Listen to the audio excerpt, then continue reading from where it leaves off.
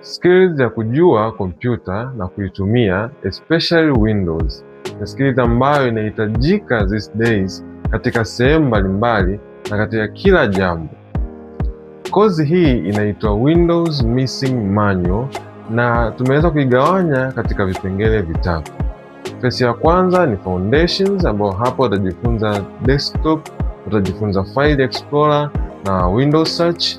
Phase ya pili itaenda kujifunza kuhusu connections, Bluetooth connection, Wi-Fi connections, na tutaenda mbali zaidi hadi kudownload apps na vitu vingine. Phase ya mwisho ndio power user, ambao sasa hapo tutaenda kujifunza namna ya kumanage computer resources ulizonazo kama RAM, kama vitu vingine, hata kubackup data zako katika cloud, lakini pia kutroubleshoot problems ndogo ndogo zinazotokea katika PC yako.